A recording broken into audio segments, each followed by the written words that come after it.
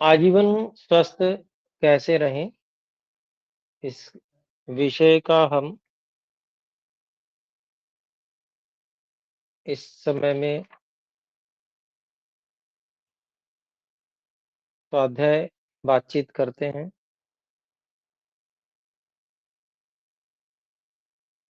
और इस विषय में हम अपस्मार, जिसे मिर्गी भी बोलते हैं, इस विषय में पहले से बात कर रहे हैं और इस प्रकार से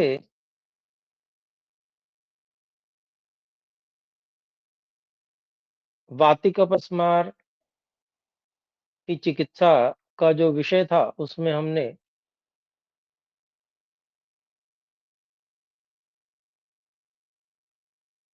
पंचगव्य घृत, महापंचगव्य घृत इसके विषय में बात की थी और इनका जो लाभ है, किस-किस में होता है, वो भी हमने समझा था।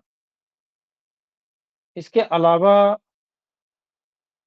ब्राह्मी घृत भी इसमें अपस्मार को ठीक करने के लिए बहुत अच्छा बताया गया है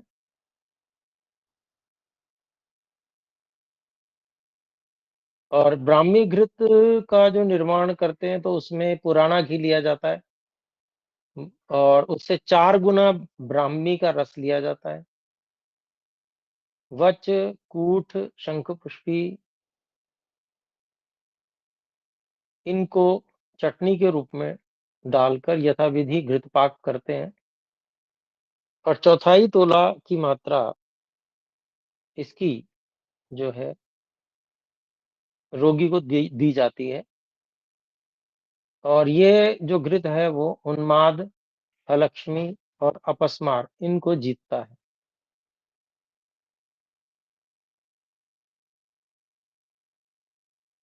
इसके अलावा और भी अ, मैं समझता हूँ ये भी हमने योग पढ़ लिया था, इसके बारे में भी समझ लिया था,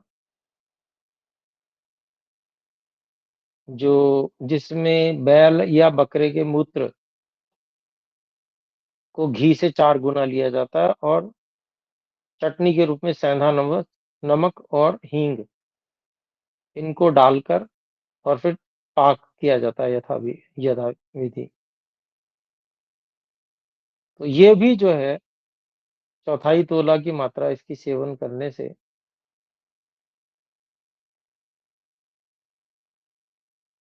अपस्मार रोग समाप्त होता है।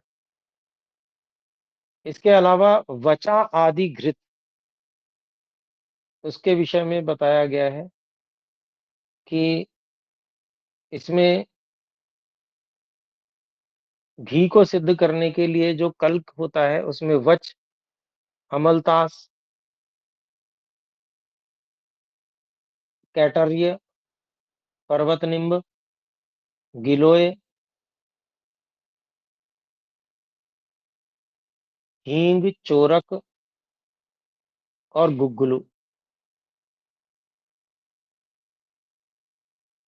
और जितना घी उससे 4 गुना पानी।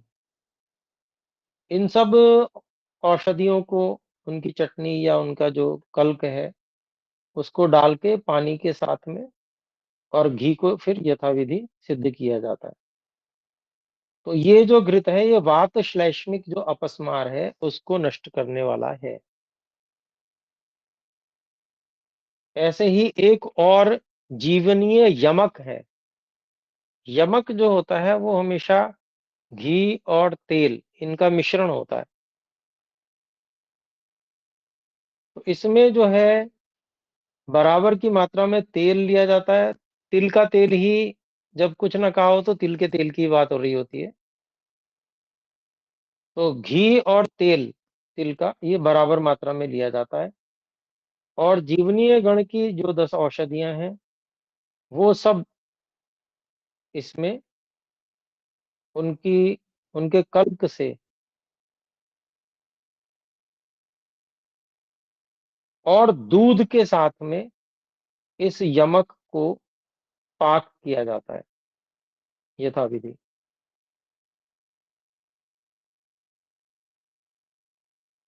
जीवनीय गण में मेधा, महामेधा, क्षीर, काकोली, जीवक, ऋषभक, ऐसे करके 10 औषधियां हैं।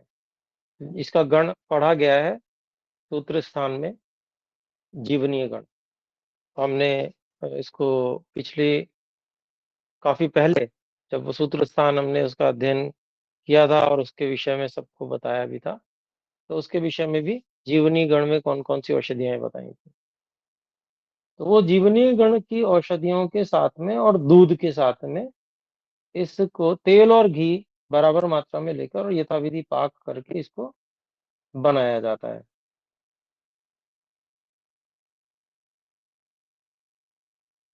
तो ये भी जो है अपस्मार को पूरी तरह से समाप्त करने के लिए है। और विशेष जीवनीय है क्योंकि दूध भी जीवनीय होता है और अन्य सभी औषधियां भी जीवनीय हैं। तो बहुत अच्छा ये घृत उपयोग में आता है। ऐसा योग महर्षि पुनर्वसु आत्रेय जी ने यहाँ पर बताया।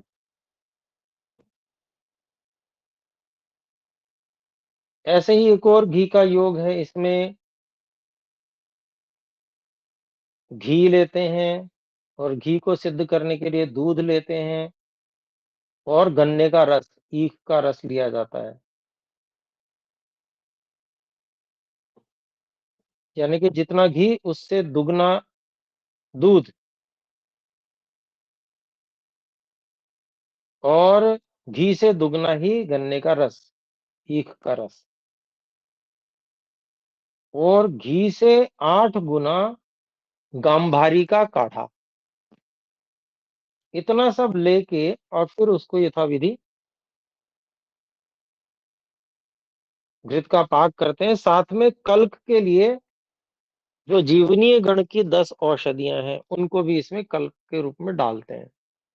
फिर यथाविधि पाक करते हैं सिद्ध करके। और ये जो घृत है ये वात पित्त से उत्पन्न होने वाले अपस्मार को शीघ्र नष्ट करता है। देखिए, अपस्मार में वात ऊर्ध्व होती है, ये तो तय बात है। और साथ में पित्त भी हो तो यहाँ पर पित्त को शांत करने के लिए जैसे दूध है, ईख का रस है, ये सब पित्त शामक है। ऐसे ही जो जीवनीय गण की औषधियां हैं वो सब पित्त का शमन करने वाली रहती हैं, शीतल होती हैं। उसमें मुलैठी भी पड़ी गई है, वो भी पित्त शामक है। कंद वगैरह ये सब उसमें आती हैं जीवनीय गण में। इसी तरह से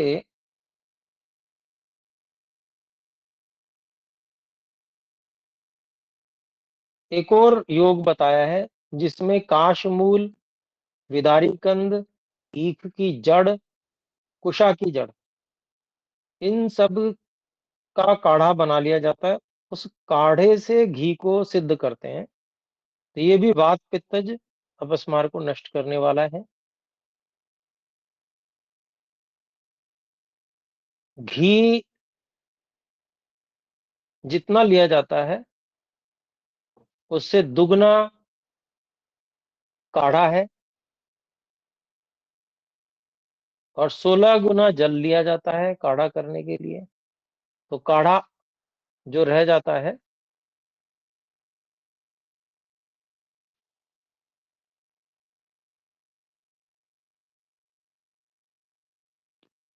वो 8 गुना रह जाता है।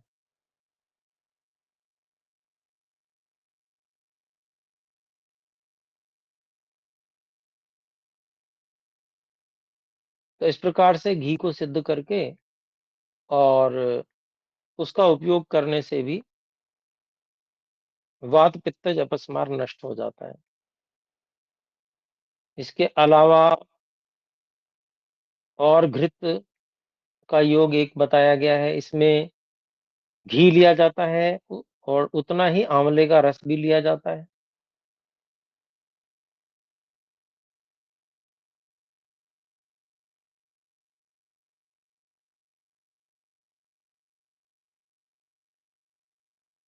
और कल्क के लिए मुलैठी ली जाती है, और फिर यथाविधि पाक करते हैं। आधा तोला की मात्राएं देकर ये पित्तज अपस्मार को ये घृत गीतता है।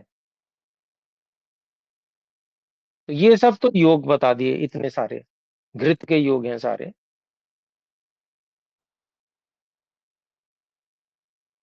इसके अलावा सरसों के तेल को बकरे के मूत्र से सिद्ध किया जाता है। और इस जो ये जो सिद्ध तेल है, इससे रोगी को अभ्यंग कराया जाता है, मालिश की जाती है। इसके अलावा जो गोबर, सूखा गोबर होता है, उससे उत्साधन भी किया जाता है। और स्नान के लिए गोमूत्र का भी व्यवहार कराया जाता है। तो ये सब जो प्रयोग हैं, इनसे अपस्मार रोग शीघ्र ठीक होता है। इसके अलावा अभ्यंग के लिए एक और तेल बता रहे हैं महर्षि पुनरोसु आत्रेय जी। यह कटभ्याधि तैलम। तो इसमें कटभी की त्वक, अर्थात कंठ की शिरीष की छाल, कंठ की शिरीष एक अलग होता है, उसकी छाल ली जाती है, नीम की छाल ली जाती है। ऐसे ही श्योनाक, जिसे अरलू भी बोलते हैं, उसकी छाल ली जाती है। मीठे सहजन की छाल ली जाती है। तो ये कल्क, इन सब का कल्क कर लिया जाता है।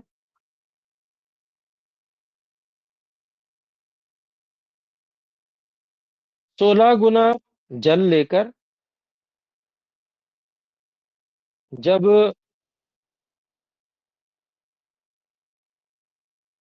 वह चौथाई रह जाए, तो उसका जो काढ़ा है, उससे तेल का तेल को सिद्ध किया करते हैं। और साथ में, काढ़े के साथ में, बकरे का मूत्र भी जितना तेल है उतनी मात्रा में मिला लेते हैं, और फिर पाक करते हैं। तो इस प्रकार से जो तेल सिद्ध होता है तिल का, उसके अभ्यंग से जो अपस्मार है बहुत शीघ्र नष्ट होता है। जो पिछला वाला योग था उसमें सरसों का तेल लिया था, इसमें तिल का तेल। कोई कोई लोग यहाँ भी सरसों का तेल ग्रहण कर लेते हैं, तो उसमें कोई बाधा नहीं है।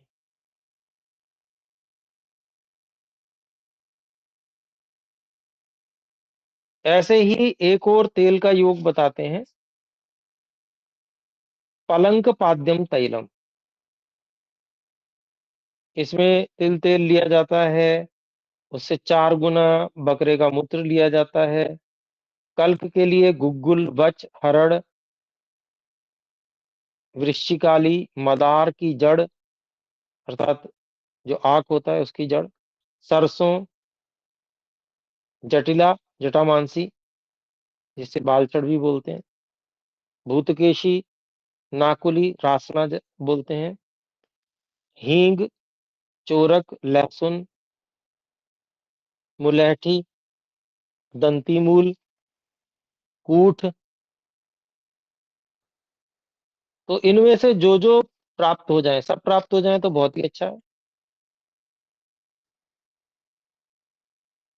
ये, और जितने भी मांस भक्षण करने वाले पक्षी होते हैं, बाज है, गिद्ध है, इनकी बीट, इनको भी इकट्ठा किया जाता है। और फिर इस सब, ये जितने भी पदार्थ द्रव्य हैं, इनसे उस तेल का पाक करते हैं।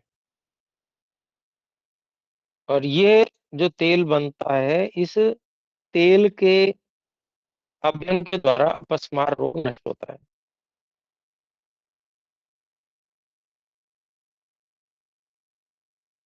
तो देखिए बहुत सारी तो जैसे वनस्पति की औषधियां हैं, लेकिन बहुत सारी चीजें देखिए ऐसी भी जो अ, सामान्य रूप से व्यक्ति घृणा करे जिससे, उस तरह की चीजें भी यहाँ पर जैसे मूत्र इत्यादि कई प्रकार के हैं। ऐसे ही मांस भक्षी जो पक्षी हैं उनकी बीट यहाँ पर प्रयोग की जा रही है।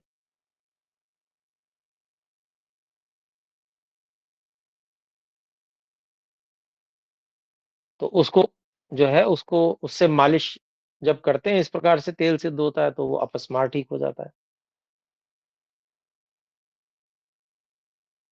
ऐसे ही प्रदेह और धूपन आदि के लिए भी योग बताए हैं। पिपली, सेंधा नमक, सहजन के बीज, हींग, शिवाटिक शिवाटिका जिसे कहते हैं, काकोली, सरसों, काकनासा, कैटर्य, चंदन,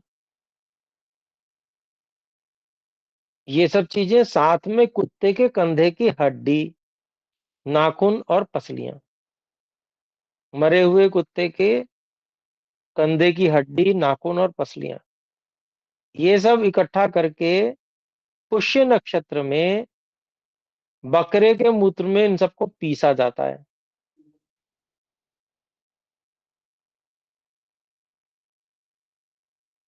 और जो अपस्मार का रोगी होता है उसके प्रदेह या धूपन के लिए प्रयुक्त होता है।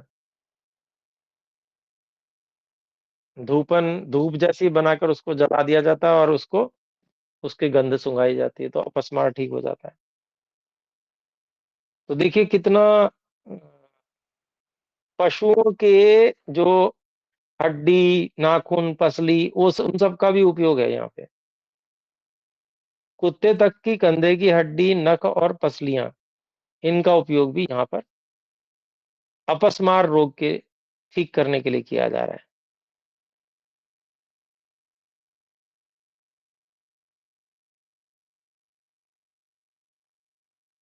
ऐसे ही उत्सादन करने के लिए, उत्सादन जो है वह जिधर की ओर लोम होते हैं उससे विपरीत की तरफ में जो है कोई चूर्ण है उनको रगड़ना, उसको उत्सादन कहते हैं।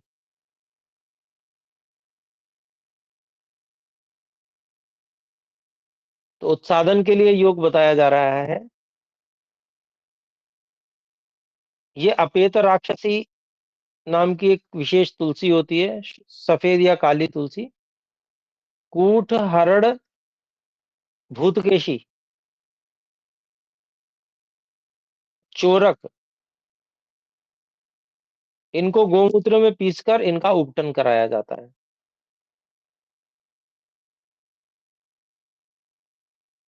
और जो मूत्र है, गोमूत्र इत्यादि, उसी से रोगी का परिसेचन होता है तो जो अपस्मार रोग है वो ठीक हो जाता है।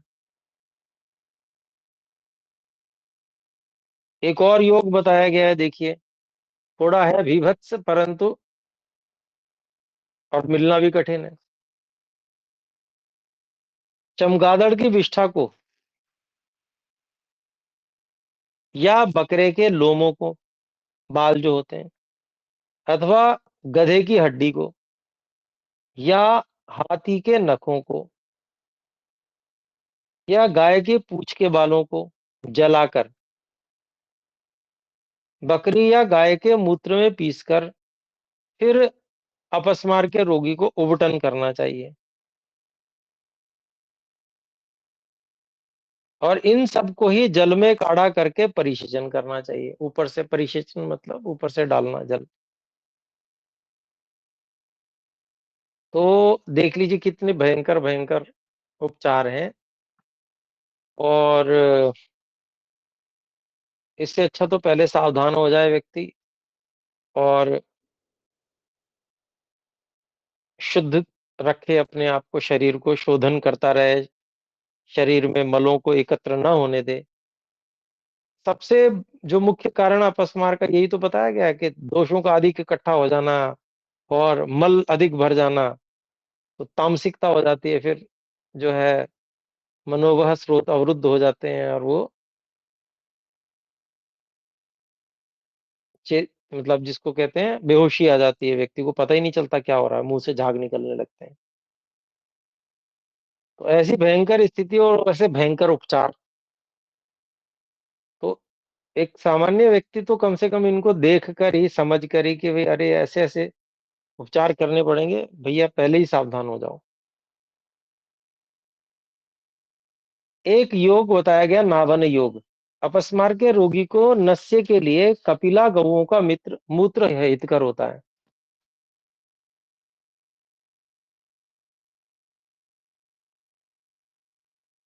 नाक में डालने के लिए, अर्थात बूंद बूंद करके नाक में डाला जाता है नस्य के रूप में। कपिला गाय उसका मूत्र जो होता है। इसके अलावा कुत्ता, गीदड़, बिल्ला, सिंह और मनुष्य, इनमें से भी किसी एक का मूत्र अपस्मार के रोगी के लिए, नस्य के लिए प्रशस्त कहा गया है। अर्थात जो मिले, जिसका मिल जाए उसका अच्छा है। कुछ और ना मिले तो मनुष्य का ही मूत्र का नस्य नाक में दिया जाए।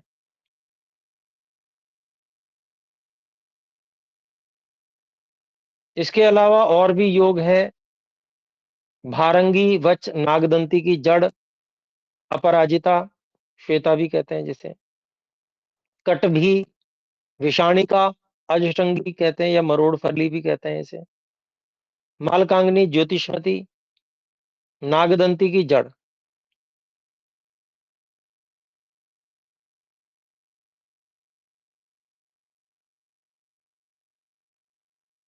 तो ये जो है, इसमें तीन योग हैं।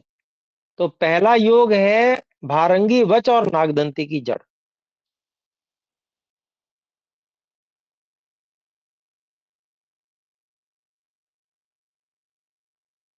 इसको गोमूत्र में पीसकर और उसका छानकर और नासिका में फिर जो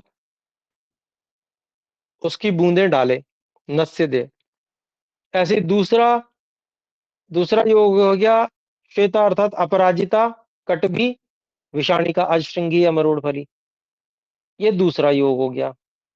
इस योग को भी गोमूत्र में पीसकर उसका जो रस बने, उसको 5-6 बूंद रोगी की नाक में डाल दिया जाए। तीसरा योग हो गया ज्योतिषपति, अर्थात मालकांगनी और नागदंती की जड़। ये दोनों गोमूत्र में पीसकर उसका जो रस निकले, उसको 5-6 बूंद नाक में डाल दें। ये तीन प्रकार के योग हो गए। इनसे भी अपस्मार ठीक होता है। एक योग दिया है त्रिफलाद्य तैलम। तिल का तेल और उसमें 4 गुना बकरे का मूत्र,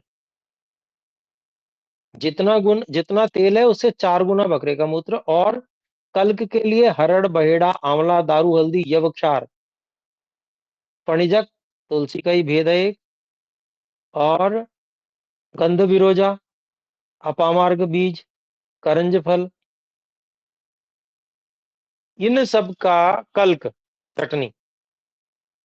और तब उस तेल को, तिल के तेल को सिद्ध किया जाए, यथाविधि साधित करें।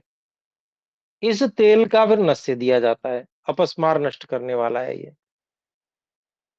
तो बकरे का मूत्र जो है वो बहुत अधिक प्रयोग में आ रहा है।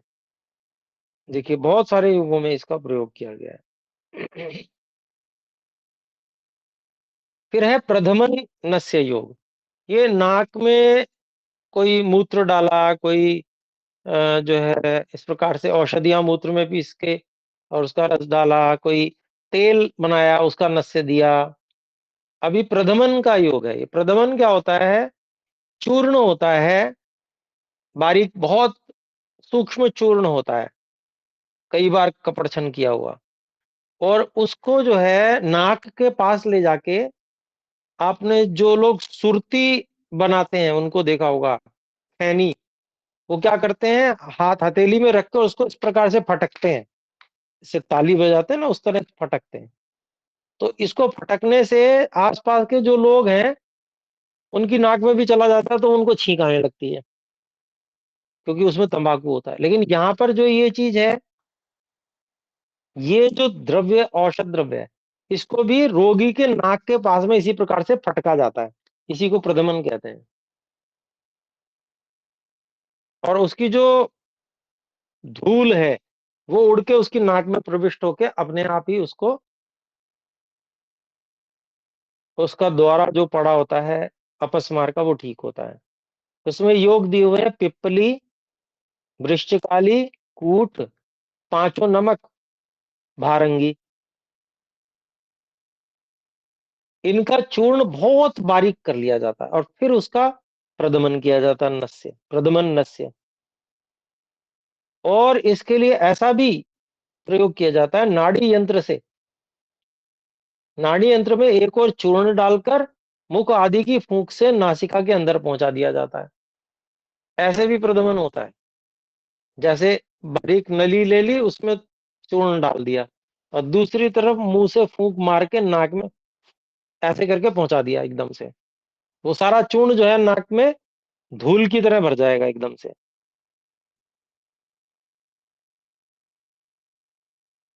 तो वो भी एक विधि है प्रदमन की। तो ये सब योग जो हैं ऋषि पुनर्वसु आत्रेय जी ने बताए हैं। इसके अलावा और भी योग हैं। कायस्थाद्यवर्ती है, कायस्था हरड़ को कहते हैं या इलायची को भी कहते हैं, दोनों में से कोई भी ले सकते हैं। शरद ऋतु में होने वाले जो हरे मूंग हैं, मोथा, खस, जौ, सौंठ, जौ, सौंठ, पिपली, काली मिर्च, इनको बकरे के मूत्र में पीसकर बत्तियां बना ली जाती हैं। और अपस्मार और उन्माद जिसको होता है, और अगर सर्पदंष्ट भी है तो भी, या जिसने विष पी लिया है उसको भी, या जल में जो मर गया है, मतलब पानी में जो मर गया है, ऐसे व्यक्ति के लिए इन बत्तियों को नेत्र में अंजन कराया जाता है, तो जी उठता है व्यक्ति, मरा हुआ व्यक्ति भी जो पानी से मरा है। तो कई सारी बातें बता दी हैं इसमें। इनकी जो बत्तियां बनाकर रख लेते हैं, फिर उसको अपस्मार के रोगी की आंख में आंजा जाता है, या उन्माद के, या सांप डसे हुए की आंख में आंज देते हैं, या कोई विष से पीड़ित कोई है या विष पी लिया है उसकी आंख में, या जो पानी से मर गया है। तो इसमें द्रव्य दे रखे हैं हरड़ या इलायची, और शरद ऋतु में होने वाली जो हरी मूंग है, मोथा, खस, जौ, सौंठ, पिपली, काली मिर्च, इनको बकरे के मूत्र में पीस के बत्तियां बना के रख लेते हैं और फिर थोड़ा सा घिस के और आंख में आंज देते हैं, जैसे सुरमा लगाया जाता है। तो आज इतना ही रखते हैं, काफी सारी चीजें हो गई। आइए एक बार ओम का उच्चारण करें। ओ,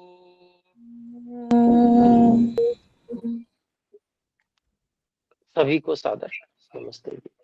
ओम नमस्ते गुरु जी। नमस्ते जी।